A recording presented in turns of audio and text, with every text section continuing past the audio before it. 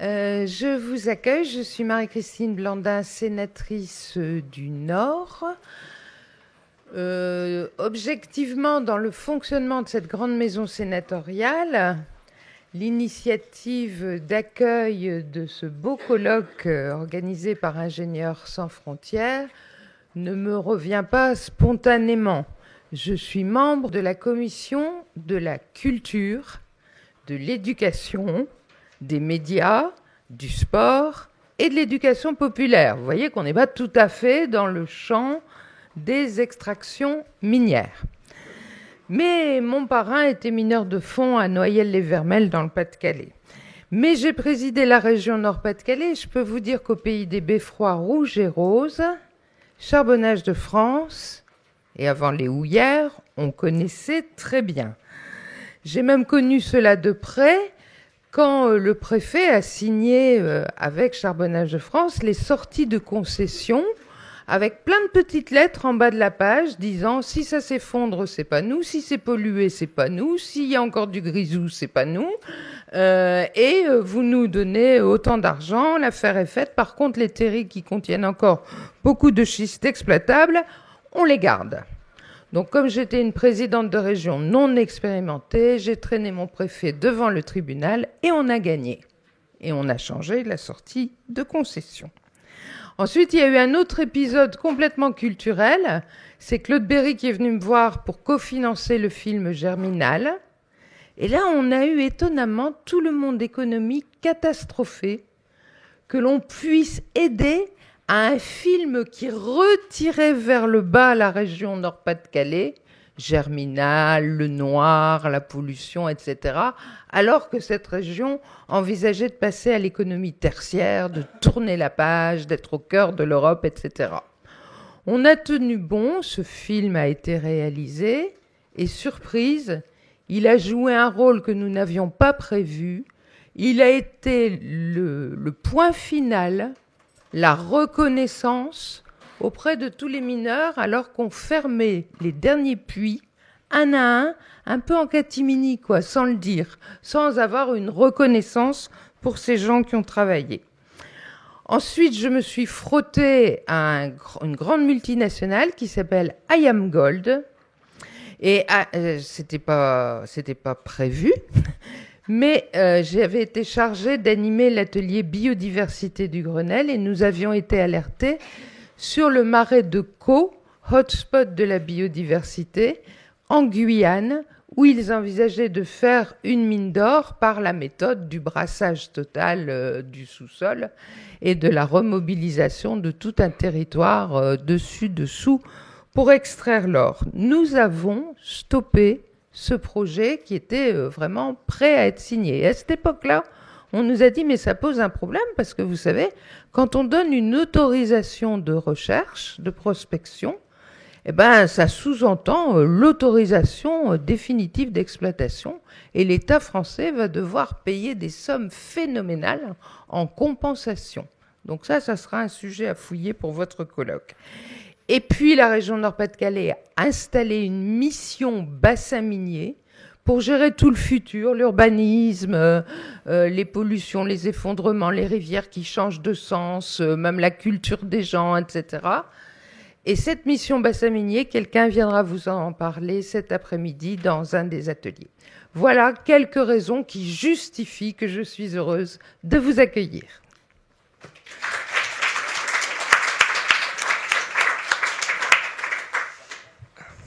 Merci Madame Blandin pour ce mot de bienvenue. Je m'appelle Thibaut Saint-Aubin, je suis membre de l'association Ingénieurs sans frontières et Systèmes extractifs et environnement. Je voudrais encore une fois remercier Madame Blandin pour l'opportunité d'organiser ce colloque ici, dans un cadre prestigieux et qui nous permet d'avoir un public varié. Je voudrais vous remercier à tous d'être venus aussi nombreux. On a organisé ce colloque en quelques mois et c'est vraiment une fierté pour nous d'avoir rassemblé autant de personnes, de milieux aussi différents et de partout en France, voire au-delà de la France. Ingénieurs sans frontières est une association de solidarité internationale fondée il y a 33 ans qui promeut une ouverture de la technique pour qu'elle garde un sens auprès de tous. C'est ce projet associatif qui explique en partie la raison de ce colloque. C'est pour nous une manière d'ouvrir des enjeux et des questions qui, pour nous, ne doivent pas se limiter aux seuls experts. Et encore plus, doit poser des questions qui s'écartent aussi de la technique, même si elle y est fortement liée.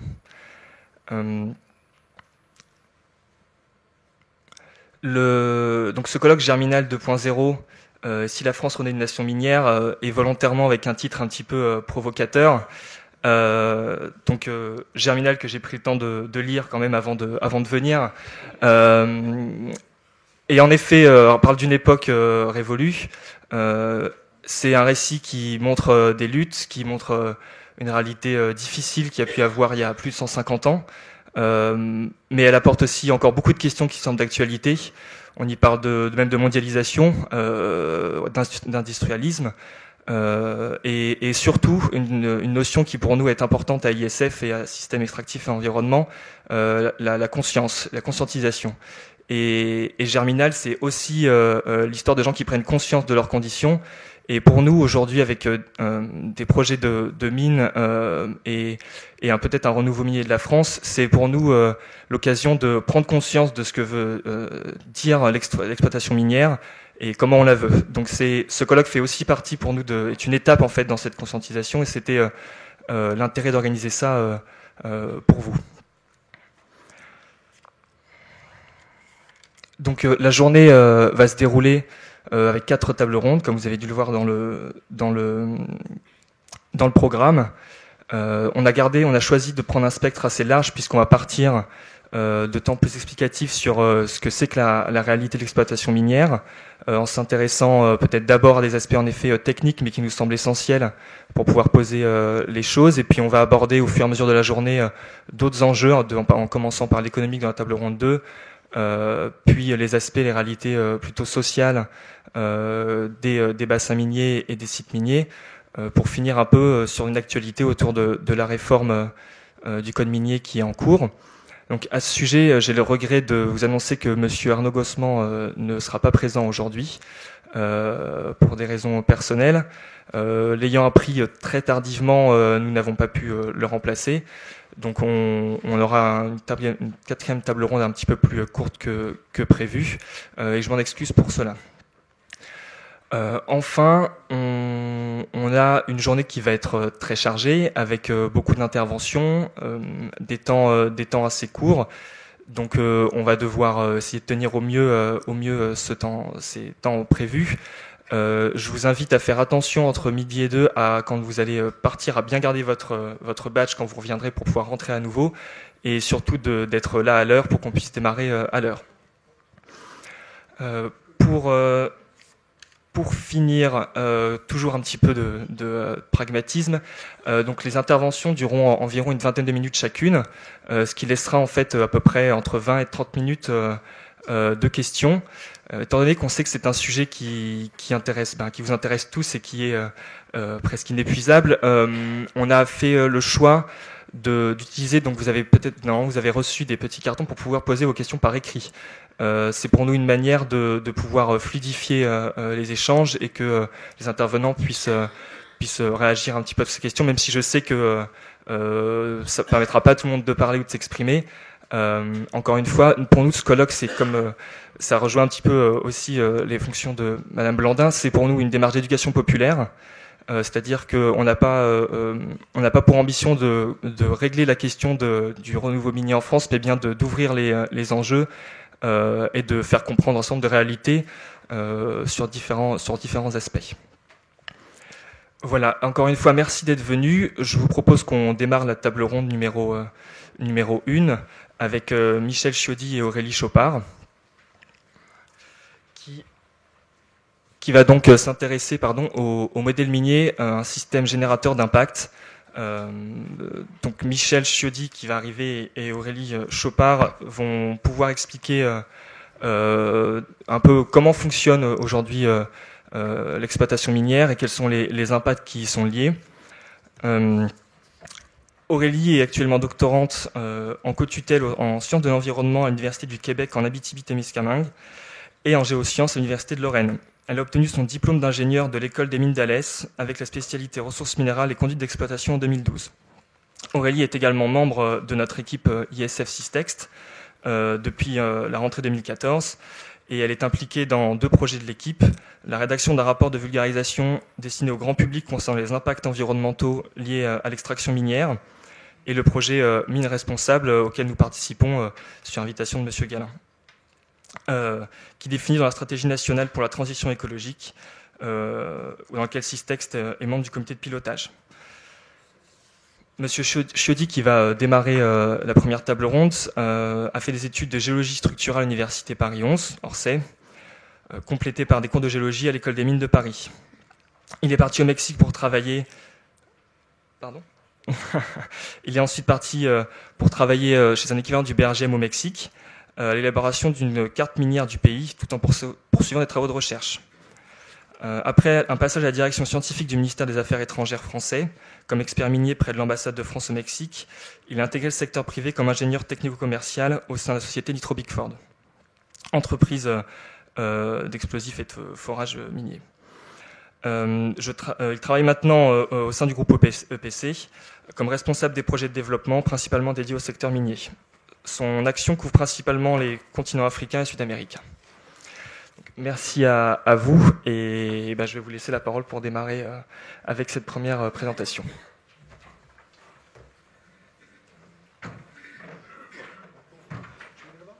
Oui, ça sera la seconde. Okay. Bon, comme vous l'aurez compris, je ne suis pas un professionnel de la communication et donc ce que je vais vous présenter sera un rappel pour certains, une présentation rapide pour d'autres de ce que c'est que la mine.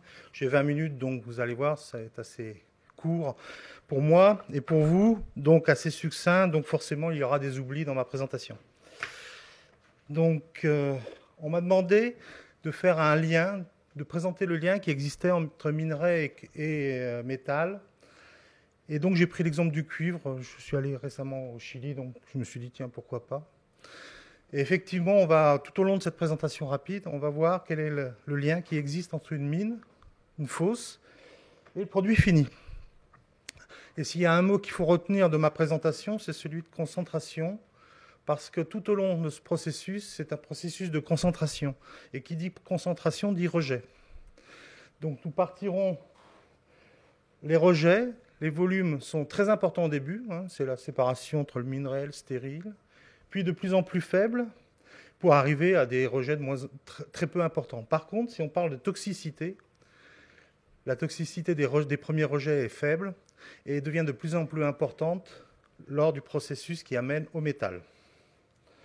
Donc bon, voilà, je vous ai rappelé rapidement toutes les étapes de cette transformation, qui passe par la géologie, la mine, l'activité minière, le transport, surtout aujourd'hui, où l'Europe, si l'on prend le cas de l'Europe produit peu de minerais et donc dépend du reste du monde. Donc les aspects de transport sont très importants. La métallurgie, la transformation et évidemment le produit fini et le recyclage. En bas, vous avez une idée d'un petit peu de ce que c'est qu'un cycle minier, d'une vie d'une mine, entre les premiers pas du géologue avec son marteau et la fermeture de la mine. Vous voyez, ce sont des cycles qui ne correspondent pas du tout au cycle industriel qu'on nous présente généralement, puisque ce sont des cycles qui s'étalent entre 30 et à perpétuité, si je puis dire, enfin 30 et quelques centaines d'années. Alors, oui, centaines de milliers d'années, c'est le côté géologue qui repart dessus. Alors voilà, oui, pour l'uranium, tout à fait. Voilà, centaines. Merci de m'avoir sauvé de ce lapsus. Donc voilà un petit peu la géologie, donc une définition un petit peu rapide, c'est l'ensemble des sciences étudiant la Terre et son évolution par observation directe et par observation indirecte grâce aux avancées techniques. Une vision de l'astronaute et une vision du géologue. Donc nous on fait un travail plus introspectif si je puis dire, on va jusqu'au cœur des choses, au cœur de la Terre. Alors, la géologie, moi je prends la géologie comme étant toutes les sciences de la Terre, sans distinction. Pour moi, elle a trois objectifs. La connaissance, la recherche, hein, c'est un domaine qui s'amenuise en France et c'est dommage. Hein. Je pense qu'il est important de conserver la connaissance pour ce qu'elle est, hein, sans application directe. Et surtout que je vous dis ça parce que la plupart des laboratoires que j'ai quittés il y a 30 ans sont fermés aujourd'hui. L'infrastructure, tout ce qui est géotechnique, et les ressources qui seront le cœur de notre sujet. Donc voilà, la connaissance, hein, ça passe par la cartographie que vous connaissez tous. Tout le monde connaît ici le BRGM qui fait un excellent travail. Les infrastructures, ça sont des photos que j'ai prises lors de mes différents déplacements. Ben, c'est les routes en Guinée, c'est l'eau. L'eau est un problème très important et je pense que les sciences de la Terre ont quelque chose à y faire et à y dire. Et puis évidemment les grandes infrastructures comme le port de Tanger avec les problèmes de caractérisation des massifs rocheux et de travaux de cette échelle. Port de Tanger, qui est le plus grand port de Méditerranée actuellement. La géologie, c'est aussi la prévention des risques. Alors, les deux premiers tremblements de terre, tsunamis, sont des risques que l'on connaît et qu'on ne peut pas maîtriser, mais qu'on connaît. Donc, c'est un problème d'étudier les impacts. Les inondations, ça, c'est un problème que l'on peut beaucoup mieux aborder. Alors, maintenant, on va parler de la ressource. Et la ressource, eh bien, elle est synthétisée par cette table que certains d'entre vous connaissent, la fameuse table de Mendeleïev qui maintenant vient en couleur, ce qui est beaucoup plus sympathique. Ce qui est intéressant dans cette table, c'est que dans les années 80, on travaillait principalement sur une quinzaine d'éléments. Et grâce au progrès technique de la recherche, eh bien, cette table, maintenant, pour les gens qui travaillent dans la mine, elle offre un intérêt supérieur. Et aujourd'hui, c'est sur une cinquantaine d'éléments que se portent les recherches et les exploitations minières. Alors, de la ressource au gisement, eh bien, le gisement, hein, c'est un lieu où une potentielle ressource géologique s'est accumulée. Hein. C'est la première des concentrations, c'est une concentration naturelle. Alors, les facteurs, hein, Et donc, à partir de cette concentration naturelle, eh bien, va se porter l'étude, en premier lieu des géologues, puis des ingénieurs miniers, pour savoir si un gisement peut être mis en exploitation. Il faut savoir que, quand même, un certain nombre d'études amènent à la conclusion qu'il n'est pas possible, à un instant T, d'exploiter le gisement. Une photo d'une des grandes mines d'or du Mali, que certains d'entre vous connaissent, qui est Sadiola, qui se situe au nord-ouest du Mali, à la frontière du Sénégal. Alors voilà, quelques exemples de gisements, hein, de Somaïr, l'uranium, la Mauritanie, ce gisement que j'ai visité, la bauxite en Guinée, lors du Mali, et autour de ce gisement, qui font partie de l'activité minière et que l'on ne doit pas sous-estimer, eh bien, c'est l'exploitation artisanale. Ici, vous voyez, là, c'est le terril d'une des grandes mines d'or du nord-est de la Guinée. Et autour de cette mine, il y a environ entre 2 et 5 000, parce qu'il est impossible de quantifier le nombre de personnes qui travaillent à une exploitation minière de type artisanal. Et ça, c'est un problème que les miniers doivent gérer avec grande difficulté. Et c'est une source de pollution extraordinaire, puisque alors là, pour le coup, c'est évidemment des zones de non-droit total. Alors, c'est évidemment l'Afrique, mais c'est aussi le Pérou, dont je reviens récemment, avec une variante au Pérou qui est la petite exploitation artisanale souterraine. Et là, on n'est pas loin, effectivement, des quelques pages que l'on peut lire dans Germinal. Travail des enfants, aucune sécurité, aucun contrôle sur les méthodes employées, utilisation de produits chimiques pour traiter les minerais non contrôlés. Et alors, ça a un impact très, très caractéristique sur l'environnement. C'est que si vous vous promenez au Pérou et également au Chili, par exemple, vous voyez en permanence dans les vallées des résidus d'exploitation à même, vous voyez, sans contrôle sur les cours d'eau. Alors, face évidemment à l'autre bout de l'échelle, vous avez le gigantisme des exploitations.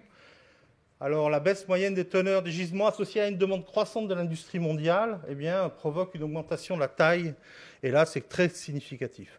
Aujourd'hui, on peut visiter et on peut avoir accès à des gisements de taille tout à fait considérable. Et évidemment, à ce gigantisme des exploitations répond un gigantisme des matériels.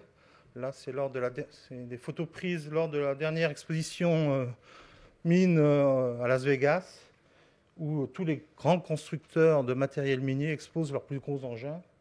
Et alors, on atteint maintenant des tailles tout à fait invraisemblables. Donc, maintenant, on va rentrer un petit peu au cœur de ce qui était ma présentation synthétique. Donc, je vous ai mis ici les différentes étapes en rouge, à chaque fois où cette étape comporte un traitement, une concentration.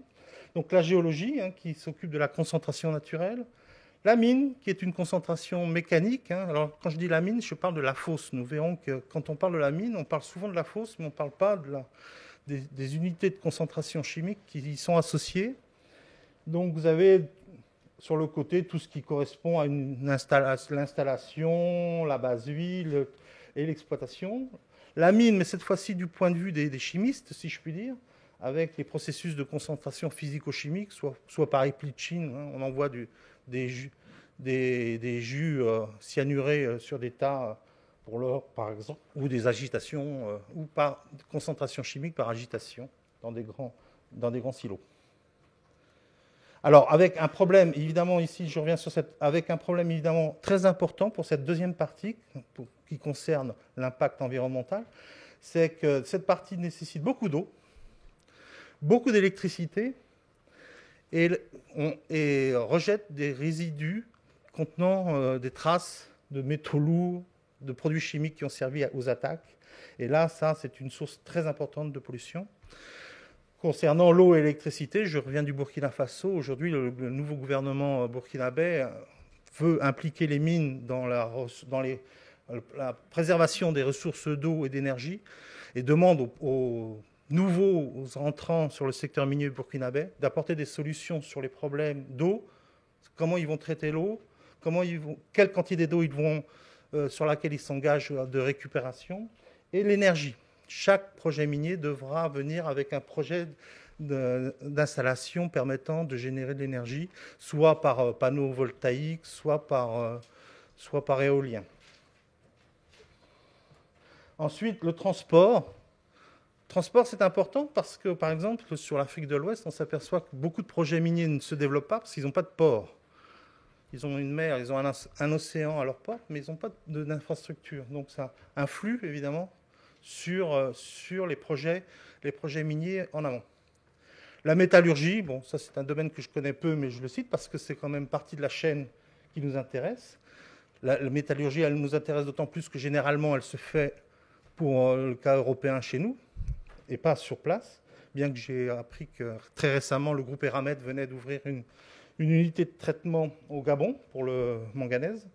Et puis évidemment, une partie qui est importante, qui est le recyclage des produits finis. Alors, je vous ai fait un petit focus pour ne pas l'oublier parce que rapide pour les différents types d'exploitation, un petit focus sur l'exploitation en souterrain. Ici, c'est un plan d'exploitation d'une mine de diamants en Angola. Bon, je ne cite pas les noms pour ne pas faire ni de publicité, ni... Voilà, alors donc la première partie de cette exploitation, qui est pour les géologues et les miniers, vous aurez reconnu la forme typique d'une kimberlite, un pipe kimberlitique, et donc en deux dikes qui se rejoignent dans leur partie sommitale. Donc la première partie, qui est la partie explosive de la kimberlite, est traitée en ciel ouvert, et immédiatement après, la seconde partie sera traitée en souterrain. Donc voilà quelques types de méthodes que je connais bien du souterrain sur les gisements horizontaux ou subhorizontaux, chambres et piliers ou foisonnement. Et puis, ce que je connais un peu plus, c'est les traitements des veines verticales à subverticales, avec ici 2 photos de mon activité principale qui est de charger les trous d'explosifs. Là, vous voyez, ce sont des chargements en Suède de trous à l'explosif dans des méthodes de sublevel caving qui sont traduits en français par sous-niveau foudroyé. Voilà. Donc, pour illustrer rapidement tout ce que je viens de vous dire, j'ai pris un exemple que certains d'entre vous connaissent, qui n'est pas loin de la France, qui est en Mauritanie, la mine de fer de la SNIM. La SNIM, voilà, premier gisement localisé par les Français en 1950, Création 1960 de la MIFERMA, vous voyez, 9 ans après. Première expédition d'un train minéralier 1963, c'est-à-dire entre les premiers gisements qui avaient déjà été reconnus bien avant, mais qui ont été travaillés sérieusement, et le premier train, 12 ans. Et 60 ans après, eh bien, la SNIM est toujours présente, donc on est sur une industrie qui aura bientôt 70 ans. En chiffres rapides, 13 millions de fer expédiés, ce qui n'est pas important pour une mine de fer, hein, ce qui est correct, mais c'est important. Mais surtout, 100 millions de tonnes de roches abattues.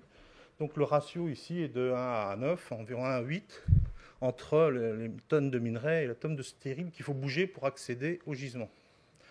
Alors rapidement, hein, on revient un peu par l'image à ce que je vous ai dit. La géologie, voilà, c'est assez magnifique. Pour le géologue que j'étais, c'était assez magnifique de se promener dans ces déserts. Mais cette balade dans le désert amène à une carte et à une définition du gisement. Troisième étape, eh ben, c'est la décision. C'est à partir des informations de la géologie, par sondage, hein, carotté, non carotté. Bon, là, je passerai rapidement.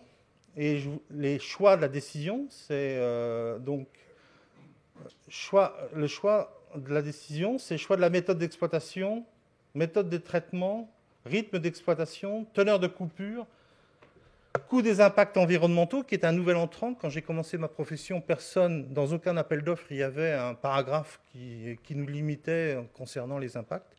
Aujourd'hui, il faut le reconnaître, même s'ils ne sont pas appliqués sur le terrain tout le temps, mais tous les appels d'offres que nous recevons en termes d'exploitation sont associés avec une remise en état du site après exploitation et aussi la manière dont on va limiter les impacts pendant l'exploitation. Et puis, alors, une chose importante, mais je pense qu'on en reparlera, c'est l'existence d'un investisseur, puisqu'aujourd'hui la mine est devenue le théâtre le champ d'action d'investisseurs non miniers qui n'appartiennent pas à la grande famille de la mine, mais qui sont simplement des fonds de pension qui flairent les bonnes affaires et qui mettent de l'argent sur les projets miniers. Donc 2 points que j'ai voulu mettre en exergue, c'est la méthode d'exploitation qui joue fortement sur son coût et le devenir de la mine, et la fameuse teneur de coupure qui est l'objet de débats constants entre les industriels qui veulent garder leur gisement intact et non pas le sacrifier en faisant de l'écrémage, et la logique financière. Mais je pense qu'on en reparlera tout au cours de cette journée. Alors après, les étapes classiques dans la fosse. Alors c'est une exploitation qui utilise des explosifs, donc on fait des trous, on les remplit d'explosifs, on tire et on récupère que ce soit le stérile pour l'évacuer dans les verses, ou le minerai, et on va voir ce que devient le minerai. Ici, une photo qui est intéressante parce qu'elle nous montre l'un des sites de la SNIM, il en comporte 3. Ici, pour ceux qui connaissent, c'est la zone de Gebelrein. Et j'ai mis en exergue là, sur cette photo la fosse. La fosse fait environ 2 km², mais l'impact de l'ensemble des activités liées à cette exploitation fait 50 km². Vous voyez ici, qui prennent le pas sur le désert, les verses à stérile. Ici, l'unité de traitement du minerai qui reconcentre les parties les moins riches. Et ici, les verses qui correspondent à l'enrichissement du minerai sortant de l'usine. Et l'ensemble fait 50 km², avec une autre chose intéressante à noter, c'est la direction du vent, puisque vous voyez ici, les déserts sont blancs, jaunes, et ici, ils sont couverts de poussière de fer. Donc là aussi, des problèmes liés au vent, même dans les déserts. Ce sont des problèmes qui sont importants puisqu'ils viennent généralement poser des problèmes à la voie ferrée. Et donc, vous voyez, une nouvelle verse va être réinstallée plus au nord. Alors, ensuite, c'est pas fini, donc, comme dirait la publicité. Eh bien, une fois qu'on a enrichi le minerai, eh bien, on l'expédie. Bon, c'est un train qui est célèbre, c'est 660 km de voie ferrée dans le désert. Pour ceux qui s'intéressent à la fin du train minéralier qui fait 2 km, il y a 2 wagons pour les passagers. Donc, vous pouvez accompagner le minerai de fer.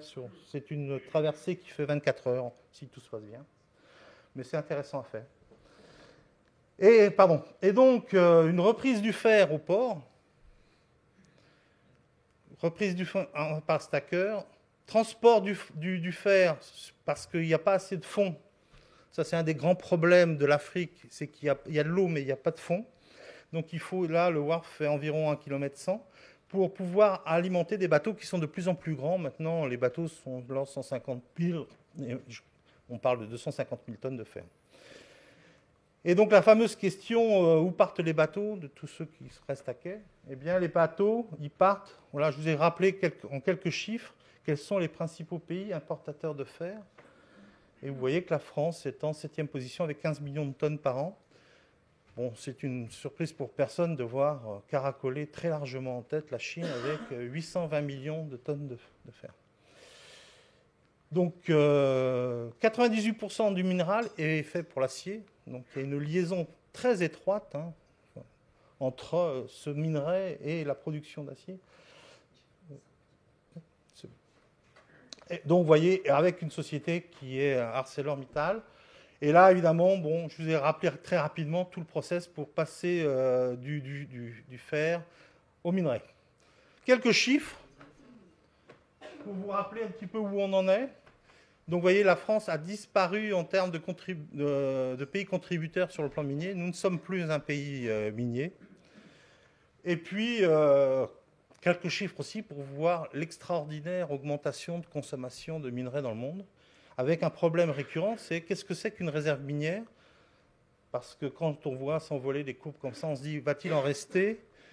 Ces courbes-là aussi influent énormément sur la manière d'exploitation, parce que beaucoup de nouveaux entrants dans le secteur minier profitent de cette embellie incroyable pour faire de l'écrémage, c'est des effets d'aubaine, et donc détruire ou de manière significative certains beaux projets.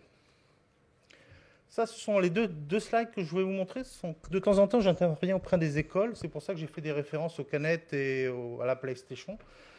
Pour rappeler aux enfants, puisque là, je m'adresse à des enfants entre 9 et 15 ans, que derrière chaque objet de la vie quotidienne, il y a une exploitation minière. Donc les canettes, ça c'est une photo qui vient des exploitations de bauxite en Guinée. Et tout ce qui est l'électronique par le fameux Colton, la colombanite tantalum. Et là, c'est une photo qui vient de République démocratique du Congo. Et là, toujours pareil, avec combien de fois on dit à nos enfants d'éteindre l'électricité quand ils sortent d'une pièce. Et bien voilà, je leur montre qu'à partir de l'ampoule, derrière l'ampoule, il y a toute une industrie.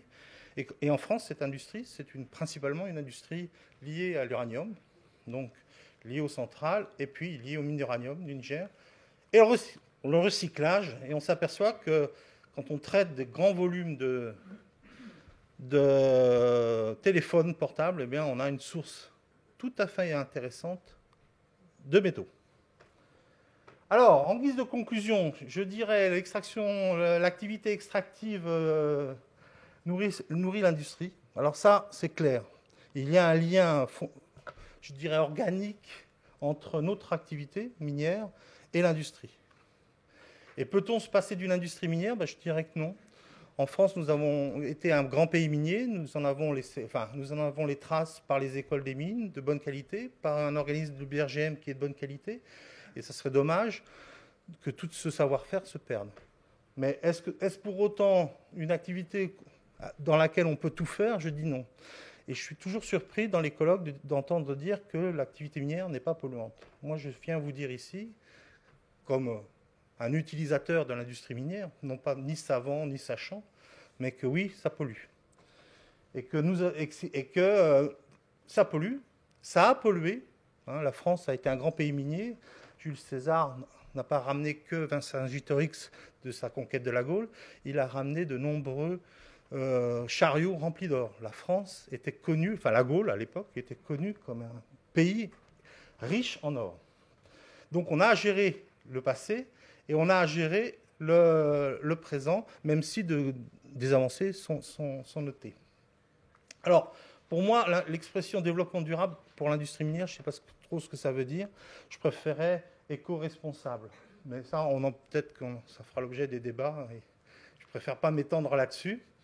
Ceci dit, Ceci dit, on pourrait, à l'instar du café, ou avoir un label de responsabilité écologique lié à l'activité minière et favoriser les mines qui font de réels efforts pour gérer leurs déchets par rapport à ceux qui n'en font aucun.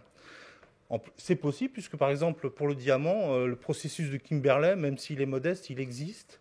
Et on arrive, à travers ce processus, à tracer, à avoir une traçabilité plus ou moins exacte de l'origine des diamants. Voilà. Et puis, moi, je pense aussi que la mine de demain, s'il y a une activité qu'il faut considérer comme étant une activité minière, ça va être le recyclage. Depuis 70 ans, la France, si on prend son cas, importe des minerais sur son territoire, et non, nous sommes assis ou environnés d'une masse considérable de minerais.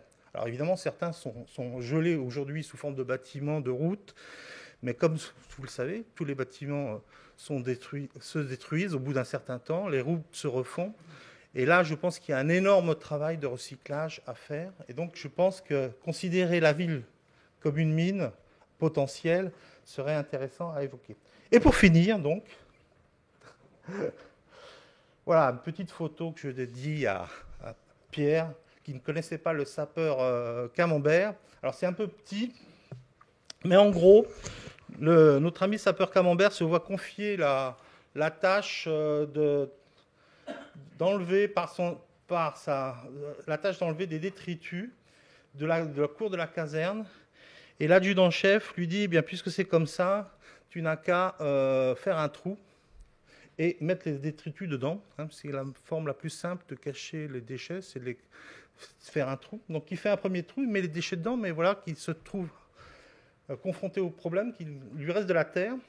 Donc il va voir son adjudant, qui lui demande qu'est-ce que je fais de la terre du premier trou, et l'adjudant lui dit refais un deuxième trou et tu mettras la terre dans le deuxième trou.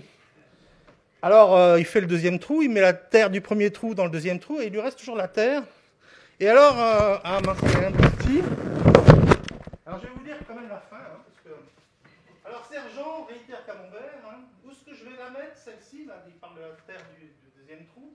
Et son sergent lui répond, espèce de double mulet cornu, il ferait 4 jours, alors pour ceux qui n'ont pas fait leur service militaire, c'est 4 jours de prison, pour n'avoir pas creusé le deuxième trou assez grand pour pouvoir y mettre la terre, sa terre avec celle du premier trou. Voilà. Un petit cours de foisonnement. Voilà. Excusez-moi d'avoir été rapide, mais bon.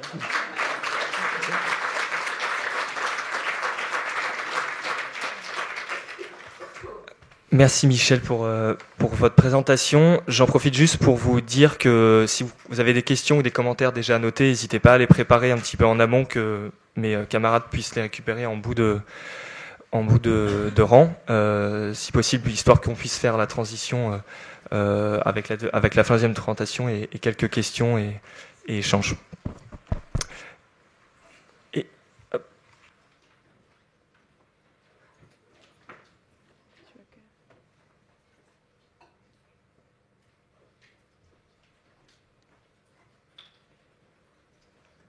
Tu me laisses commencer ? Ok. Donc bonjour à tous. Merci encore de la part de Systext d'être venu à ce colloque à Paris. Donc je vais vous présenter du coup le panel de principales problématiques environnementales liées à l'extraction minière. Donc comme l'a rappelé M. Chaudy, l'exploitation minière est une industrie polluante, et donc je vais essayer de vous montrer, donc ça n'a pas vocation à être exhaustif, mais quelques problématiques environnementales donc les plus importantes.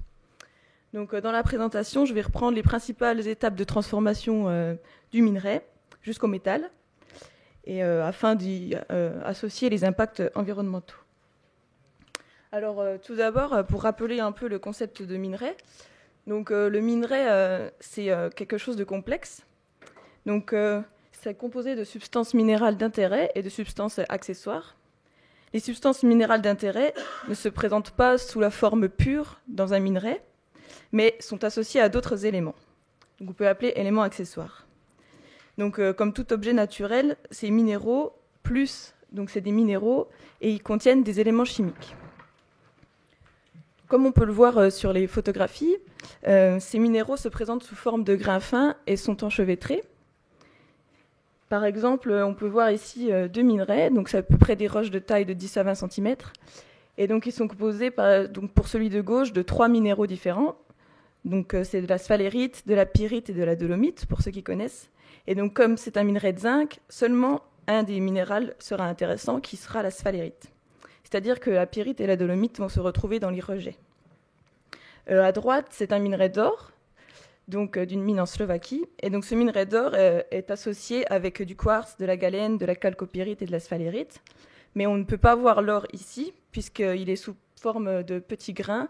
Et donc on doit broyer ce minerai pour pouvoir atteindre l'or. Donc l'exploitant minier, il se focalisera sur les substances d'intérêt pour lesquelles il va exploiter la mine et va laisser dans les résidus donc les autres éléments accessoires qui peuvent être du fer ou du soufre, mais aussi d'autres plus préoccupants qui sont l'arsenic, le plomb, le cadmium ou l'antimoine. Donc pour savoir si l'exploitant va exploiter son gisement, justement, comme l'a introduit un peu M. Chaudy, la teneur de coupure est très importante dans les gisements. Donc c'est la valeur qui définit le potentiel économique du gisement. Donc on peut voir ici les étapes du traitement de l'extraction. Donc le minerai est extrait, le traitement du minerai, la préconcentration, l'extraction chimique dans les usines de concentration, puis les raffineries avec l'affinage. Donc selon l'élément chimique d'intérêt ou la substance d'intérêt, les teneurs de coupure sont différentes. Et donc ce qui est important, c'est de savoir économiquement laquelle quantité de l'élément de la substance d'intérêt dans le minerai est importante. Donc on nous a mis ici quelques teneurs moyennes en ce moment d'exploitation des minerais. Donc pour l'or, on a mis de 0,5 à 10 grammes-tonnes, mais maintenant, on va dire que les gisements ils descendent beaucoup vers plutôt de moins de 1 gramme. Donc, parce que, comme l'a dit aussi un peu M. Chaudy, les teneurs des gisements diminuent de plus en plus. Et donc, ça génère plus de rejets. Et aussi, de l'étape d'extraction du minerai jusqu'au raffinage, donc on génère plus de rejets miniers donc dans l'extraction, mais peut-être moins problématique pour l'environnement, qu'ici on génère moins de rejets miniers, mais plus problématique pour l'environnement parce qu'ils contiennent plus de concentration de métaux accessoires, donc métaux lourds. Donc, force de ce constat, on voit que la mine est forcément génératrice de sources de pollution puisqu'elle contient des éléments contaminants qui peuvent être liquides, solides ou gazeux. Donc, pour ceux qui connaissent moins la mine, dans l'étape d'exploitation qui vient des fosses, on a affaire aux stériles miniers. Donc, les stériles miniers sont des rejets dont la teneur de coupure n'est pas assez élevée pour passer à l'usine, c'est-à-dire qu'il n'y a pas assez de substances minérales d'intérêt dans le minerai pour que ça soit rentable de le passer à l'usine. Donc, ces stériles miniers, ils sont entreposés à la surface aux abords des sites miniers. Et donc, dans les étapes de concentration à l'usine, donc, on prend du minerai et donc, dans les étapes de concentration, on génère des résidus miniers. Donc, ces deux sortes de rejets viennent donc, de l'exploitation et de la concentration. Et aussi, donc, dans ce schéma, il y a des eaux chargées et des poussières qui sont dues à l'exploitation et des usines, les eaux chargées en effluents, des poussières, des fumées. Et on a également des fûts et cuves de produits chimiques, mais je vais y revenir plus tard. Donc, cette présentation, comme je vous l'ai dit, n'a pas vocation à décrire de manière exhaustive toutes les sources de pollution, mais je vais me concentrer sur les plus préoccupantes, étant donné le temps que nous avons pour en parler. Donc, en plus, je vais vous présenter des exemples mondiaux et aussi européens et d'anciennes exploitations en France. Donc, on a pris des exemples qui sont peut-être gigantesques pour certains et d'autres plus moyens comme type de gisement. Et aussi pour montrer que malgré des normes strictes dans les pays industrialisés, on peut quand même avoir des impacts et que la mine n'est pas forcément plus propre dans des pays aux normes strictes qu'ailleurs dans d'autres pays avec moins de réglementation. Donc, les sources de pollution de la mine au métal. Alors, donc, dans la fosse, l'extraction du minerai, comme je vous ai dit, on peut avoir, comme je vous ai dit, on a les stériles dans cette partie-là. Et donc, on peut avoir des exploitations souterraines ou des exploitations en fosse à ciel ouvert. Donc les exploitations en fosse à ciel ouvert génèrent bien plus de stériles miniers que les exploitations souterraines. Donc les stériles peuvent être minéralisés, puisque ce n'est pas forcément qu'ils ne contiennent pas d'éléments d'intérêt ou d'éléments accessoires, c'est juste que la teneur de coupure n'est pas assez élevée. Et donc ils sont traditionnellement déversés en surface des sites miniers, et donc dans des infrastructures, des ouvrages, afin d'avoir une stabilité de ces stériles. Et donc ces dépôts de stériles peuvent avoir des dimensions très importantes, donc de plusieurs centaines de milliers de mètres cubes pour les petits sites, et jusqu'à des centaines de millions de mètres cubes pour des mines complètement délirantes. Donc certaines techniques actuellement consistent à réintroduire ces stériles au fond dans les fosses, donc soit en souterrain, soit en ciel ouvert. Mais comme on a pu le voir avec notre sergent Camembert, c'est impossible de tout remettre dans les fosses. Donc voilà. Donc voici quelques exemples de stériles et de dépôts de ces stériles. Donc on a pris Chuquicamata, c'est une mine de cuivre du Chili. Donc c'est très impressionnant. Ici, vous pouvez voir l'échelle de 2 km. Ici, c'est la fosse. Donc vous pouvez vous imaginer la grandeur de la fosse. Et donc les stériles générés par cette mine de cuivre de Chuquicamata, qui est quand même c'est la plus grosse du monde, sont de 300 mètres de haut. Et donc c'est à peu près 500 000 tonnes par jour de résidus dans cette mine. Après, donc, ici, c'est pour vous montrer un peu l'aspect des stériles. Donc, on peut voir que c'est des granulométries variées. Donc, on a des grains comme des cailloux jusqu'à du sable. Et donc, une mine abandonnée de Rodalquilar en Espagne. Donc, celle-ci, elle a été fermée dans les années 70. Et donc, cette mine d'or a laissé ici, sur place, les stériles. Donc, dans l'étape de concentration du minerai maintenant, donc, ce qui vient de l'usine, le principe, donc, c'est, comme on l'a dit, d'isoler le minéral contenant le métal d'intérêt. Donc ici, les tailles générées de résidus sont plus faibles, donc on va du 10e au 100e de millimètre. Chaque mine a son propre traitement dans l'usine du minéral. Donc ça fait des résidus miniers différents pour chaque cas, on va dire. Et donc voilà. Et tout traitement de minerai s'accompagne de résidus. Donc ces résidus miniers sont également stockés en surface et dans ce qu'on appelle donc des parcs à résidus. Donc ici, on peut voir quelques exemples de parcs à résidus miniers. Donc j'ai pris des exemples du Maroc et de Rouyn-Noranda au Canada, que je connais quand même bien. Alors du coup, ici, là, on a 90 mètres de hauteur de résidus miniers. Et donc ça, c'est une mine de charbon. Donc il y a du drainage minier qui se forme. Donc je vous expliquerai plus tard ce qu'est le drainage minier. Et donc, ici également, on peut voir le déversement des résidus, puisque les résidus sont déversés souvent sous forme de pulpe, avec à peu près 60 à 70% d'eau. Donc, on peut voir ici les bassins. Il y a beaucoup de parcs à résidus dans le monde, alors on voulait vous présenter juste quelques-uns. Ici, pour ceux qui connaissent, c'est Mittersill en Autriche. Donc, c'est une exploitation européenne. C'est une exploitation qui, en ce moment, est connue comme étant une mine propre ou responsable, on peut dire. Mais on peut voir que malgré le fait qu'elle soit propre et responsable, on a quand même affaire aux résidus miniers qu'il faut stocker et ils sont stockés ici en surface. Aussi, donc, on a aussi ici des exemples de Mopani en Zambie. Donc ici, c'est le village, enfin la ville. Et ici, tout directement, on a le site minier juste à côté de la ville. Ensuite, on a tout ce qui est dans les usines, tout ce qui est utilisé pour le traitement de minerais. On a des réactifs chimiques. Donc, ces réactifs chimiques sont également impactants sur l'environnement. On a tout ce qui est carburant pour les engins. Et également, comme l'a aussi rappelé M. Chaudy, l'industrie minière est très consommatrice d'eau et d'énergie. Pour vous donner un ordre de grandeur, on utilise à peu près 5 à 10 mètres cubes d'eau par tonne de roche traitée. Donc 5 à 10 mètres cubes d'eau par tonne de roche traitée. Puis enfin, tout ce qui est étapes de raffinerie. Donc on a pris l'exemple de la pyrométallurgie avec les dernières étapes d'extraction où on passe donc du minéral au métal. Et donc, par exemple, le grillage des sulfures dans les fonderies génère des poussières ou des fumées qui contiennent des substances volatiles comme le plomb ou l'arsenic. On a mis quelques exemples d'usines de traitement ici. Donc, nous avons vu un peu les sources de pollution qu'il y avait, donc avec de l'étape du minerai au métal.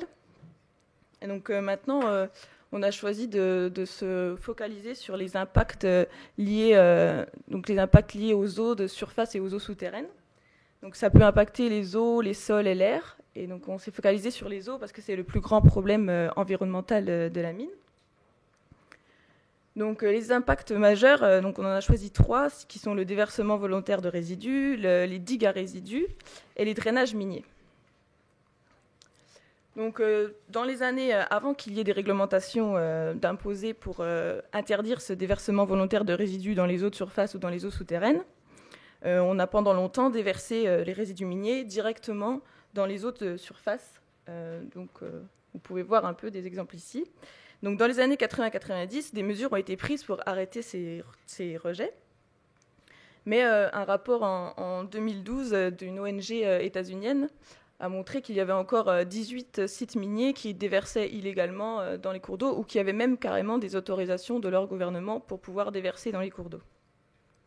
Donc, par exemple, l'étude référence des mines qui allaient jusqu'à 80 millions de mètres cubes par an, pour une mine Grasberg, pour ceux qui connaissent, qui rejetait directement dans les eaux de surface, donc qui est totalement interdit aujourd'hui. Donc on peut voir ici d'exemples de Grasberg. Donc on peut voir également la déforestation qu'il y a eu suite à ces dépôts de rejets miniers. Donc un autre exemple de résidus miniers donc à Chañaral ici, qui font exactement c'est à peu près ils ont déversé également leurs résidus dans les eaux, et à hauteur, on va dire, de 500 millions de tonnes si on prend sur toutes les années où ils ont déversé dans les eaux. Donc un autre impact important de ces déchets miniers sont les digues à résidus. Et donc le principal problème des digues à résidus, c'est que donc elles sont quand même, c'est calculé avec de l'ingénierie, mais parfois, il y a des ruptures qui se passent. Il y en a eu un dernier exemple au Canada, en Colombie-Britannique, il n'y a pas longtemps. Et donc, ces digues sont d'immenses ouvrages d'art, donc il faut calculer la stabilité, etc. Mais parfois, il y a des ruptures de digues qui font des dégâts assez dévastateurs. Donc, par exemple, sur la digue d'Aznalcóllar en Espagne, la rupture de la digue du bassin a engendré 7 millions de tonnes d'effluents miniers qui étaient acides, à forte teneur en métaux, dans les cours d'eau, et ça a contaminé plus de 80 km de cours d'eau et à peu près 10 000 hectares de sol. Donc quand ces ruptures de digues arrivent, c'est très, on va dire, dévastateur, voilà. Et parfois aussi, les villages sont aux abords, et ça peut emmener des coulées dans les villages, donc faire des catastrophes environnementales. Un autre phénomène bien connu des rejets et des résidus, ce sont les drainages miniers. Donc les drainages miniers, il y a plusieurs sortes, du drainage minier acide, drainage minier neutre contaminé et du drainage minier alcalin. Donc le drainage minier acide est le plus connu.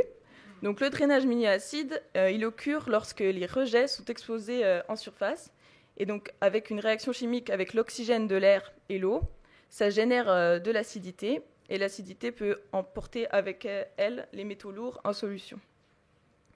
Donc ces drainages miniers, le drainage minier acide, comme je vous disais, il est bien connu, mais il y a aussi des drainages miniers neutres contaminés. Donc la différence, c'est que les eaux ne sont pas acides, mais qu'il y a quand même des éléments lourds ou des métaux, des métalloïdes en solution. Et le drainage neutre contaminé étant moins connu, il peut aussi s'occurrer plus tard après l'exploitation de la mine. C'est-à-dire qu'au début, on pense qu'il n'y aura pas de drainage neutre contaminé, et 20 ans plus tard, il peut y avoir des concentrations en nickel, en plomb, en arsenic plus élevées, parce qu'on n'avait pas vu ce relargage de métaux au départ. Donc ici, quelques exemples de drainage minier dans le monde et en France. Donc là, il y en a vraiment beaucoup, des exemples de drainage minier. Donc on a pris plutôt l'Europe. Donc Rio Tinto est le plus connu, avec de la pyrite. Et donc à Chiseuil, en France. Donc on peut voir ici, là, c'est tout dernièrement, en 2014, donc les eaux de surface contaminées par des hydroxydes de fer qui font la couleur rouge. et donc avec les résidus miniers juste à côté. Donc, ainsi, donc suite à ces constats d'impact sur les eaux, donc on peut faire quelques recommandations et quelques conclusions. Donc tout d'abord, des sources de pollution, comme nous l'avons vu, sont générées à toutes les étapes du projet minier, de l'extraction du minerai à la concentration du minerai, au raffinage pour atteindre le métal. Les impacts environnementaux sont systématiquement associés à chaque étape, donc aux activités minières dans le monde entier. On a des exemples, européens, français, mondiaux. Partout où il y a une exploitation minière, il y a des rejets générés. Il y a beaucoup d'impacts graves trop fréquents qu'on ne connaît pas ici, mais qu'ailleurs, dans les pays miniers, ils connaissent bien, comme en Afrique du Sud, en Australie ou au Canada. Donc les effets et les impacts de ces rejets et de toutes ces sources de pollution en général peuvent être maîtrisés ou diminués si l'exploitant prend en compte les risques, mais ne peuvent pas être complètement stoppés. De plus, suite à l'augmentation des tensions sur les exploitants miniers, donc avec la baisse des teneurs des gisements et l'augmentation des demandes, des besoins en métaux et en nouveaux métaux, comme on a vu sur le tableau périodique des éléments, on a une augmentation des volumes de rejets, ce qui fait encore d'autres gestions de rejets à trouver. Et donc, ça a tendance à créer des sources de pollution plus difficiles à gérer. Donc, fort de ce constat, avec Système extractif et environnement et Ingénieurs sans frontières, on a proposé des pistes de réflexion pour diminuer, maîtriser ces impacts. Donc, premièrement, de dépolluer les sites contaminés par l'activité minière passée. Donc, par exemple, au Québec, on compte 300 sites miniers abandonnés. Donc, c'est le gouvernement qui prend part à leur gestion et à leur réhabilitation. En France, on compte également des sites miniers, donc le BRGM peut s'en occuper. Ce serait de les dépolluer tous, on va dire. Puis de renforcer l'interdiction des déversements de résidus miniers et des rejets d'eau minière dans les eaux. Donc on a vu que c'était interdit, mais parfois il y a des autorisations, etc. Donc ce serait d'interdire pour tout le monde et pour toujours. D'identifier de nouvelles modalités de gestion des résidus miniers. Donc il peut y avoir plusieurs choses, la revalorisation dans du ciment, dans des céramiques, etc. Et peut-être aussi donc, limiter, malgré le fait que les gisements sont de plus en plus à faible teneur et qu'on a déjà exploité les gisements à forte teneur, ce serait de limiter l'exploitation de ces gisements à très faible teneur. Et peut-être redéfinir le concept de teneur de coupure. Donc on a vu que le concept de teneur de coupure, c'était purement économique. Donc c'est la valeur à partir de laquelle le gisement devient rentable. Mais peut-être prendre en compte, c'est ce qu'on souhaite, les nécessités environnementales et sociales dans cette teneur de coupure donc dans le minerai. Donc voilà, c'est tout pour la présentation. Merci de votre attention. Et puis, on va pouvoir en parler.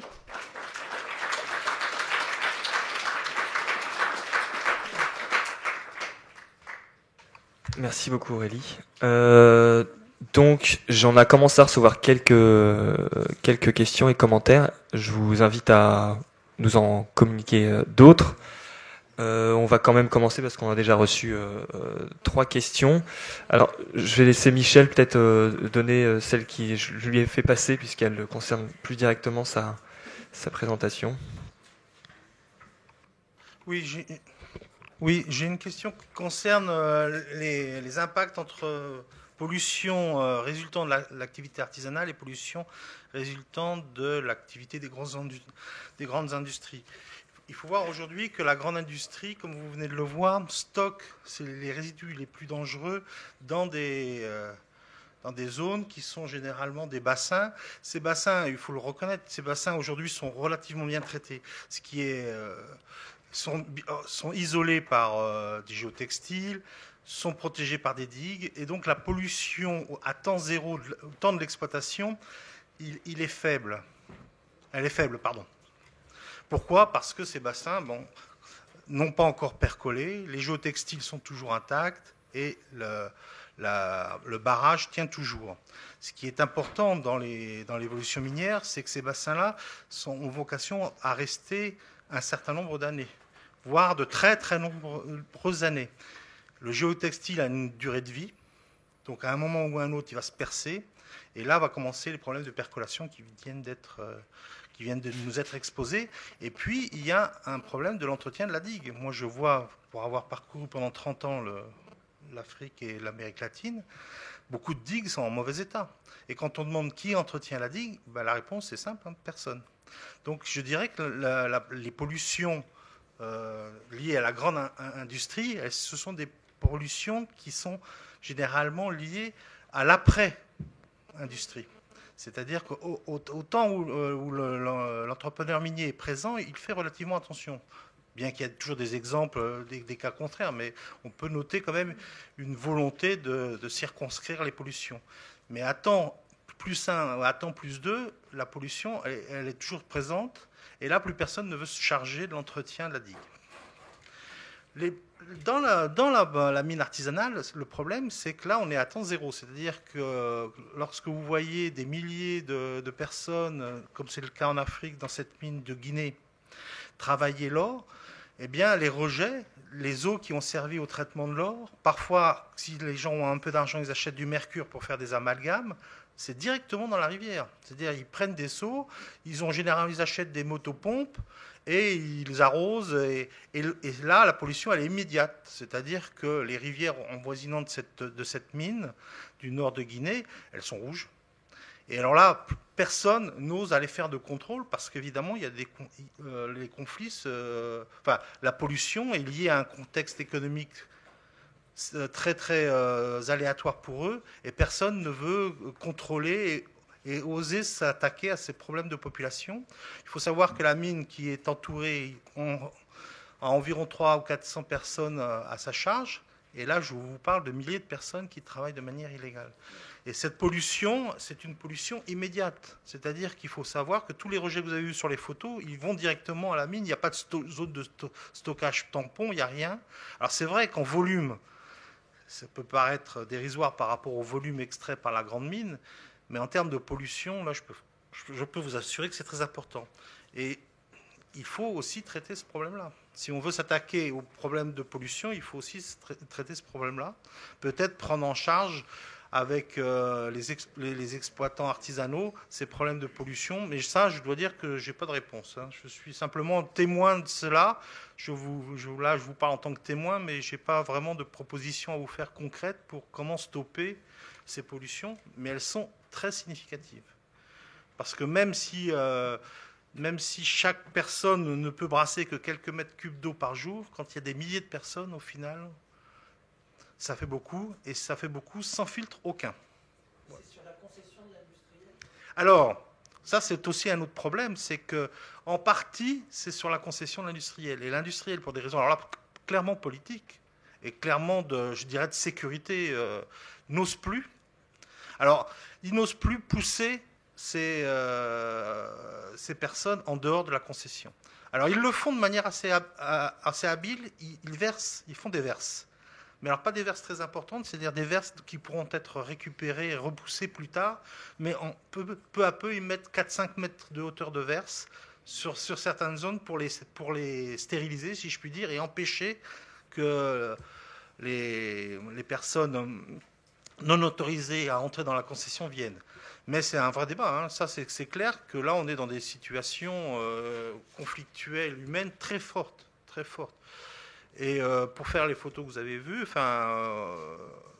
ces photos, on ne le voit pas parce qu'on ne m'a pas autorisé à prendre ces photos-là, mais à côté des personnes qui étaient en train de faire des brassages d'eau, il y a des puits qui font environ 1 mètre de diamètre, où on envoie les enfants travailler au fond. Et là, personne n'a voulu. Il faut y aller avec quelqu'un, il faut être accompagné. En tant qu'ingénieur des mines, je ne peux pas me promener dans ces zones-là sans être accompagné et accepter, après discussion, pour voir ce qui s'y passait. Voilà. Tout ça, c'est pour moi ? Ah. Vas-y, oui, bien sûr.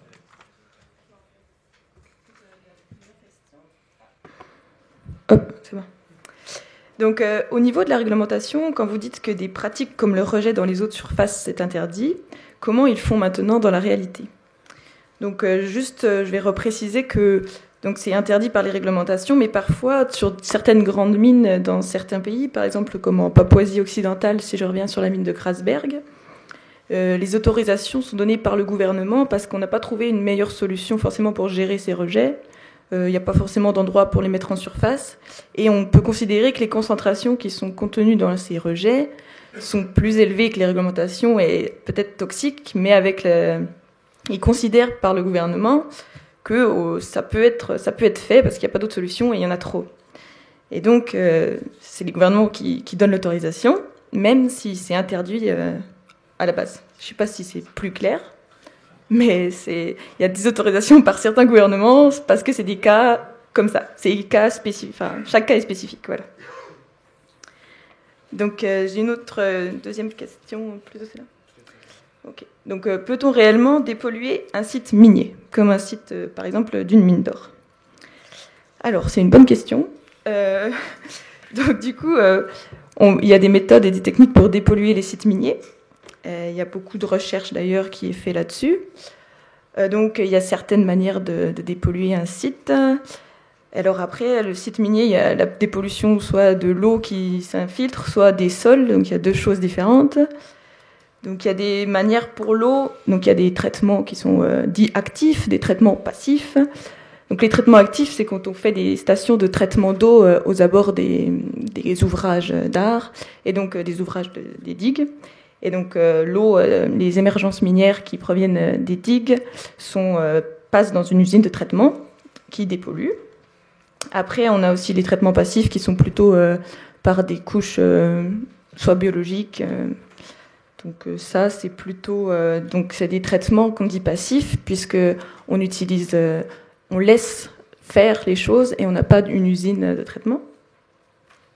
Et puis donc aussi pour les sols. Donc là, pour dépolluer un sol, c'est plus compliqué que de dépolluer l'eau. Alors il y a plusieurs manières. Soit on peut couvrir le sol, on va dire, mais pour le dépolluer complètement, c'est plutôt difficile. Voilà. Vas-y, Michel. Oui, j'ai deux questions et une demande de parole. Sur la première question, on me dit que dans mon exposé, il manque la notion de risque pris par les sociétés à trouver un gisement. Et donc, c'est tout à fait vrai. Je l'ai oublié. Alors là, je ne sais pas qui m'a posé la question parce qu'il n'y a pas de nom, mais il a tout à fait raison. Effectivement, la partie géologique et recherche d'un gisement, dans mon jeune temps, quand j'étais géologue minier, effectivement, passé notre temps à découvrir des beaux gisements qui étaient en finale inexploitables. Donc, effectivement, et cela coûte cher, voire très cher. Donc, c'est vrai qu'il y a tout à fait un risque pour les... Alors, généralement, aujourd'hui, d'ailleurs, ce sont ce qu'on appelle les juniors qui se chargent de cette phase-là et qui, au fur et à mesure des découvertes, vont vers les principales bourses des matières premières, notamment celle de Toronto, ou auprès de la bourse de Londres, chercher des capitaux pour continuer la recherche. Et pour cela, elle publie des étapes, des informations d'étapes en disant, voilà, le gisement est passé à 500 000 onces, 600 000 onces, 1 million d'onces, et à chaque fois, elle récupère de l'argent d'actionnaires. Et tout ça coûte cher pour, en finale, chercher quelqu'un, repasser, si je puis dire, le bébé à une entreprise qui a la vocation à l'exploitation. Effectivement, donc, je dis à cette personne qui m'a dit, je lui promets, je rajouterai un slide en disant qu'effectivement, il y a un risque. Deuxième problème, sur le problème du recyclage, eh bien oui, on est assez étonné, mais alors il y a de l'or partout, dans l'électronique est très friande de l'or. La première consommation d'or, je pourrais dire, c'est le stockage à vocation auprès des banques centrales. Le deuxième grand stockage d'or, c'est la bijouterie. Mais l'utilisation de l'or dans l'industrie est très importante. Et effectivement, on peut retrouver de l'or. D'ailleurs, récemment, si vous recevez cette lettre d'information dans Weekly Mining, il y a un article très important sur le fait de pouvoir récupérer de l'or dans tout ce qui est électronique. En France, il y avait une société à Falaise, je crois, dans la ville de Falaise, je ne me souviens plus son nom, qui récupérait les anciens ordinateurs pour les broyer et récupérait les métaux précieux. Donc oui, en France, il y a de l'or dans le sous-sol, mais il y en a aussi dans vos télévisions, dans vos appareils électroménagers. Il y en a beaucoup aussi dans tout ce qui est satellite, mais bon, comme on les envoie, on les récupère. Loin de nous, on en récupère moins, je dirais. Alors, par contre, quelqu'un me dit qu'il peut intervenir sur le problème du mercure, donc si elle veut prendre la parole, moi je n'ai pas de spécialité là-dedans. C'est Anne-Gaëlle Verdier. Gaëlle, ça fonctionne. Oui. Il y en a du câble. Oui, bonjour, excusez-moi. Anne-Gaëlle Verdier, donc du WWF France. Oui, je voulais réagir à vos propos concernant le problème effectivement de contamination au mercure dans les exploitations aurifères, artisanales et que vous avez mentionné en Afrique. Je dirais que la solution, on l'a quand même en partie trouvée chez nous, en Guyane française, puisque je rappelle que donc on est quand même sur une terre minière et notamment aurifère, et particulièrement avec un gros pourcentage de mines artisanales avec ce type d'exploitation. Pour ceux qui resteront cet après-midi, vous pourrez en savoir un peu plus puisque je vous expliquerai tout ça. Mais toujours est-il qu'en tout cas depuis 2006 en France, donc l'utilisation du mercure est totalement interdite dans l'exploitation aurifère légale et officielle en France, et que du coup les miniers ont développé un autre système qui est en fait une utilisation d'un système par gravimétrie avec un circuit d'eau fermé qui n'est pas forcément très coûteux, qui est relativement méconnu, qui parfois s'adapte pas forcément toujours bien dans les pays du Sud, dans des zones où il y a beaucoup de populations, je dirais, entre guillemets, nomades et migrantes, puisque c'est souvent le cas et le problème de dépopulation minière dans les pays du Sud, c'est-à-dire qu'elles sont pas forcément liées à un gisement, mais qu'elles tournent à cause de problèmes aussi de concession et autres, qu'on a évoqués. Mais sinon, en revanche, c'est pas un système qui est forcément très coûteux, et donc c'est une solution pour éviter déjà au moins un impact potentiel au mercure. Et il y a notamment des projets qui sont financés en Afrique de l'Ouest par le Fonds français pour l'environnement mondial et une partie, je crois, de financement sur l'AFD, qui tendent à essayer de développer ce modèle et globalement à structurer la filière aurifère dans ces pays. Voilà. Alors, donc là, il y a une question plutôt sur les impacts sanitaires liés aux sources de pollution.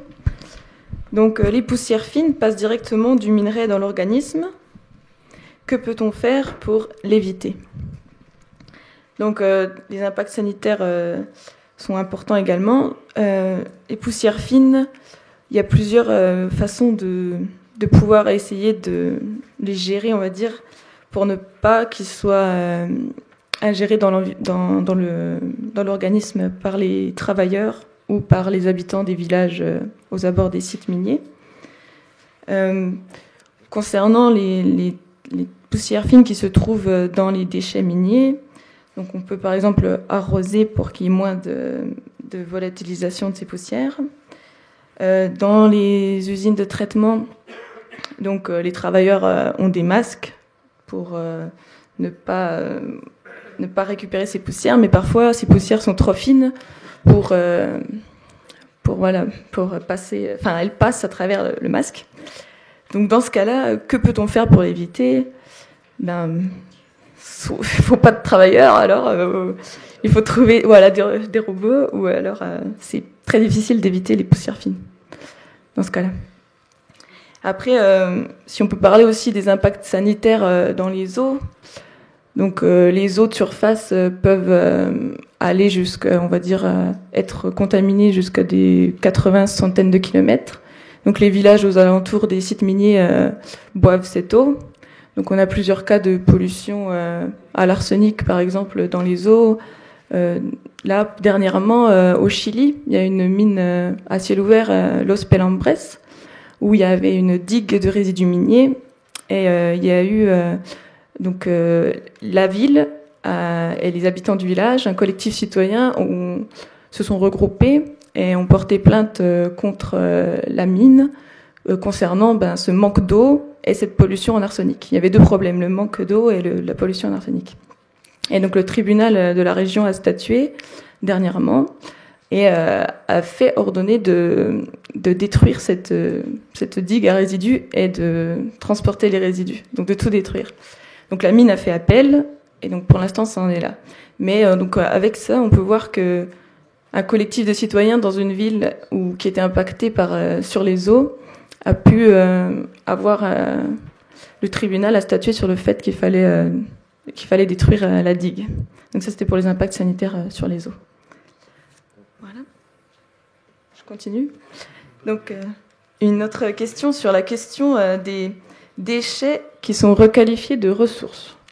Donc, le retraitement des déchets. Donc, comme on a vu, dans certains déchets, donc peut-être des déchets passés qui sont plus en exploitation, il peut rester des éléments d'intérêt et des substances minérales d'intérêt. Donc en ce moment, dans le guide européen Horizon 2020, il y a la revalorisation de ces déchets pour reprendre des éléments intéressants économiquement. Donc la question est de savoir si ce retraitement des ressources, de ces deuxièmes ressources, peut aussi être polluant. Donc comme on a pu un peu en parler, ça va forcément encore générer des rejets. On va pas tout prendre puisque tout n'est pas économiquement intéressant. Donc il faudra gérer ces rejets encore de la meilleure manière possible. Donc soit en surface, on peut pas les remettre sous terre ceux-ci parce que l'exploitation ne se fait plus, c'est sur les déchets simplement. On peut peut-être les réutiliser pour d'autres choses. Et puis par contre, c'est sûr, il y aura moins... pas forcément, c'est sûr, ça dépend, c'est quel élément, quelle substance minérale d'intérêt, mais parfois, donc, il y aura peut-être moins d'éléments toxiques à l'intérieur, mais si c'est des éléments toxiques qui nous intéressent pas, qui sont l'arsenic ou par exemple le cadmium, ils vont se retrouver encore dans les autres rejets, même si on les retraite. Donc on aura la même problématique, avec peut-être un tout petit peu amoindri, mais ce sera la même problématique. Je peux ajouter une question, c'est-à-dire que pour aller chercher le métal, le germanium, sympathique qui nous intéresse, en assez petite quantité, ou qui n'intéressait pas dans la première mine, c'est quand même la phraséologie officielle de mine responsable a été précédée de mine verte, voire vous parliez de drainage minier acide, de capacité à rendre ces déchets inertes. C'est DRGM qui va jusque-là, il faut qu'on ait osé. Après, il se reprend, mais la première façon de parler, c'est d'aller jusqu'à prétendre que le déchet deviendra inerte. On ne va pas tout y chercher, effectivement, mais ce qu'on va y chercher, on va y chercher avec quoi? Par système de flottation, comme pour la première mine, avec des additifs chimiques, on va faire avec des procédés miniers classiques. Oui, je vais laisser répondre M. Chiguet. Oui, juste pour vous dire qu'il existe aujourd'hui de très nombreuses sociétés qui ne s'intéressent qu'aux rejets, à la fois stériles et les rejets issus des premiers traitements, qui font des analyses chimiques. Et effectivement, comme je l'avais montré, la table de Mendeleïev offre beaucoup de possibilités qui n'étaient pas peu connues il y a 30 ans, qui le sont aujourd'hui, et notamment le germanium, même le lithium. Aujourd'hui, on s'intéresse à ces produits dont on n'avait pas idée de quoi en faire il y a 50 ans. Et effectivement, les terres rares, notamment toute la famille des lanthanides, là. Et donc, effectivement, il y a des sociétés qui se sont spécialisées à racheter ce que nous, on appellerait des déchets. À la fois dans les stériles, ils vont voir les stériles, ils font des analyses, ils font des carottages pour voir ce qu'il y a dans les stériles, et dans les résidus d'exploitation. Et quand il y a un intérêt, eh bien, on repart dans un nouveau cycle de reconcentration avec des... Les cas les plus précis, que j'ai en tête, les plus dangereux, ont été des déchets qui étaient liés à l'exploitation de phosphate, où on a découvert beaucoup d'uranium. L'uranium en sous-produit de phosphate, dont on n'avait pas idée. Et on s'est retrouvé avec des concentrations d'uranium qui étaient très fortes, et des gens qui retraitaient de l'uranium sans prendre trop de précautions. Voilà, je ne suis ni pays ni rien. Mais oui, vous avez tout à fait raison. Il y a le magnésium aussi dans l'amiante. Tout à fait. Si, tout à fait. Oui, tout à fait. Non, tout à fait. Et les coûts d'extraction qui sont très élevés. Et alors là, des coûts d'extraction, tout est broyé.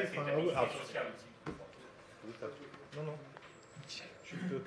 Oui, je l'ai constaté. Je l'ai vu. Okay. Là, j'ai donc un monsieur qui demande la parole pour commenter sur le fait qu'aucune activité humaine n'a pas d'impact. Donc l'activité humaine n'a pas de... Toute activité humaine a un impact. Voilà. C'est plus clair comme ça. Donc c'est monsieur Jean-François Labbé, c'est vous? Ok. Simplement, pour vous remercier pour votre présentation. Et c'est vrai, je crois que personne n'ose trop dire maintenant quand même qu'une mine ne serait pas propre, serait totalement propre et n'aurait aucun impact. Oui, bien sûr, qu'ils ont des impacts. Simplement, on pourrait faire une présentation, je pense, tout aussi catastrophiste et négative sur l'agriculture. Excusez-moi, s'il vous plaît. Bon. Oui, je dirais, bon, là on a eu une exposition uniquement sur un versant de la mine, c'est quels sont les impacts négatifs de la mine, sans dire pourquoi on le fait. C'est un peu comme, enfin c'est un exemple que je prends, est-ce qu'on peut être pour manger du pain et être contre un champ de blé? Est-ce qu'on peut être pour avoir des bâtiments comme ça alimentés par l'électricité, des fils de cuivre, etc. et être contre la mine? Quelque part, s'il y a des mines, c'est bien parce que nous tous, et pas seulement les industriels, si je reprends l'exemple du blé et du pain, on cultive du blé, c'est pas seulement pour les boulangers. Donc on extrait des métaux, pas seulement pour les industriels. Les industriels font ce que nous tous avons besoin pour nos bâtiments, pour nos hôpitaux, pour nos écoles, pour nos ordinateurs, pour nos micros, etc. Donc ne pas présenter qu'un seul volet de la médaille où il y a des impacts, mais pourquoi on supporte ces impacts? Pour certaines raisons, hein, et pour nos besoins, nous tous. De la même manière qu'on pourrait présenter 10 slides totalement négatifs et sur les pollutions liées à l'agriculture. On accepte quand même l'agriculture. Bien sûr qu'il faut lutter contre ces pollutions, bien sûr qu'il faut les minimiser, mais l'agriculture, c'est quand même la première source de déforestation, n'oublions pas, et pas seulement pour les palmiers à huile. Hein. La Beauce, il y a 2500 ans, c'était de la forêt, hein, là où on a nos champs de blé, donc c'est pas seulement les palmiers à huile. On déforeste beaucoup pour alors bien sûr que la mine déforeste, mais c'est bien deux volets d'une médaille. On a des impacts parce que on a besoin collectivement, nous tous, et vous aussi, hein, je crois que vous avez une médaille en or, hein, enfin, ou en tout cas. Bon, je l'ai eu pour ma communion. On a besoin de l'agriculture, on a besoin de l'agriculture pour se nourrir. Voilà. Mais donc c'est pertinent sur l'agriculture, mais il y a aussi des choses qui sont faites en agriculture pour devenir une agriculture plus responsable de l'environnement. Plein de choses qui sont faites. On pourrait faire le même rapport constat négatif avec des choses qui sont essayées pour améliorer l'agriculture et trouver d'autres méthodes moins intensives. C'est le même. On pourrait faire le parallèle, c'est vrai. On peut faire le parallèle, mais donc c'est pareil. Il faut trouver des manières plus responsables, plus écologiques pour faire cette activité humaine. Michel, je crois que tu avais une question également, Monsieur l'abbé. J'ai une question de Monsieur l'abbé concernant voilà, comment peut-on construire et équiper 500 000 nouveaux logements en France, 20 millions en Chine, à partir de la seule mine urbaine? Alors effectivement, il est, je pense, totalement illusoire de penser que la mine urbaine remplacera à 100% la mine et les nouveaux gisements. Ceci dit, aujourd'hui, en France, 30% du fer qui est utilisé pour faire l'acier, sur les 15 millions de tonnes que consomme la France, vient du recyclage. Et 70% vient de la mine. Donc, je pense qu'effectivement, il ne faut pas faire croire que le recyclage va tout amener. Mais c'est significatif, 30%. 30%, la mine que je vous ai présentée, la mine de Gelb, là, les 50 km², cette fosse, c'est un tiers de l'exploitation de la SNIM. La SNIM fait 11 millions de tonnes. C'est-à-dire qu'on a en potentiel de recyclage l'équivalent de la mine que je vous ai présentée en photo lors de ma présentation. Donc ce que je dis, c'est que nous pouvons économiser pour les siècles futurs. Nous pouvons économiser des gisements en recyclant. Et on le fait aujourd'hui, mais on le fait de manière très ponctuelle et très parcellaire. Je pense que là, il y a un champ de recherche tout à fait important pour nous à recycler, dans le recyclage. Voilà, c'est tout ce que je veux dire. Mais je suis... Sur une partie de ce que vous venez de dire précédemment, je suis non d'accord. La mine est la source principale de l'industrie et l'industrie répond aux besoins des populations. Mais je crois qu'effectivement, on doit la circonscrire parce qu'il y a eu beaucoup d'abus en mine. On a à gérer un passif, ce que n'a pas l'agriculture, c'est-à-dire qu'on a des rejets qui... Oui, le déboisement, vous avez raison. Bon. Je retire ce que je viens de dire. Oui, les nitrates. Mais c'est vrai qu'on a une activité qui a 150 ans derrière nous et qui des rejets. Je pense qu'on peut limiter tout cela et par du recyclage. C'est un peu facile de caricaturer en disant, voilà, ça pollue autant que l'agriculture pollue autant. Vous n'avez qu'à aller voir une mine d'uranium, vous allez voir que les impacts, ce n'est pas les mêmes durées. Oui, c'est vrai. Replanter un arbre, c'est vrai, par exemple, tout à fait. Il y a d'autres manières de cultiver. Pour l'instant, je n'ai pas entendu Madame Chopard présenter une vraie manière de dépolluer qui semble très aboutie. Donc, il ne faudrait pas mettre les choses sur le même plan à chaque fois au niveau des toxicités. C'est un peu caricatural et démagogique, je trouve. Là où je vous rejoins, c'est que nous avons lancé une industrie qui est l'industrie minière sans véritablement en comprendre les impacts. Et nous sommes, à mon avis, un peu en retard sur le traitement des impacts. Et moi, je ne suis pas du tout spécialiste, je n'ai pas de réponse à vous apporter, mais sur certaines choses, je vois bien qu'on est en retard. C'est-à-dire qu'on a complètement sous-estimé les impacts et qu'on les a reportés sur nos enfants et nos petits-enfants. Et nous sommes dans une période où justement les impacts des années, des débuts du XXe siècle, nous avons à les gérer. Pour revenir sur la dépollution, c'est sûr, on pourrait dépolluer, donc parfois ça coûte très très cher. Il y a toujours une technique pour dépolluer et on pourra toujours trouver pour le faire, sauf que ça a des coûts impressionnants si on doit repasser des choses, enfin faire un traitement chimique. C'est juste que vu les quantités de rejet et la problématique, ça coûte vraiment des sommes exorbitantes. Et donc, ce qu'on fait plutôt, en ce moment, de la recherche est faite plutôt sur ne pas polluer, plutôt qu'essayer de dépolluer. Bon, d'accord, il y a plein de sites miniers abandonnés qui sont polluants, mais ce serait mieux de déjà d'abord y penser en amont, donc de ne pas polluer. Et après, ok, on pourrait dépolluer, mais c'est mieux de penser dès le début, de trouver les techniques à l'usine, etc., ou au traitement des rejets au départ. Donc, si vous... Grande ampleur comme un salfine en développement au début d'après-midi, c'est absolument impossible de dépolluer, oui. Même financièrement aussi d'ailleurs, ça revient au budget de la France. Et ça prend. En milliards, en milliers de milliards d'euros. Mais par contre, ce n'est pas possible. Ouais. Une question. Peut-être des eaux souterraines, c'est absolument. Merci. Alors, s'il vous plaît, je souhaite clore cette première table ronde puisqu'il est l'heure et j'aimerais qu'on regarde le respect du timing. Merci pour vos deux interventions, merci pour toutes vos réactions et vos questions. Donc il y en a un certain nombre qui n'ont pas pu être traités, mais on a fait le choix de pouvoir tout traiter. Ça sera inclus bien sûr dans les actes. Je voudrais juste rajouter une seule chose, que la présentation d'ISF Systext, elle témoigne d'une réalité. Elle a peut-être en effet présenté des aspects négatifs uniquement, mais on n'appelle pas ça catastrophisme dans le sens où c'est des réalités qui existent en France, en Europe, partout dans le monde, sur lesquelles nous on a été choqués en tant qu'étudiants, en tant que jeunes professionnels, et sur lesquelles on n'a jamais pu trouver des réponses qui nous satisfaisaient.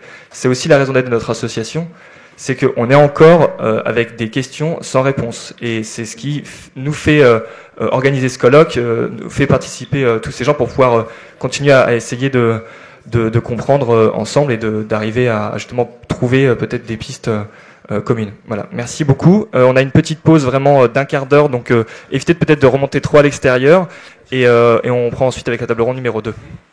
Merci.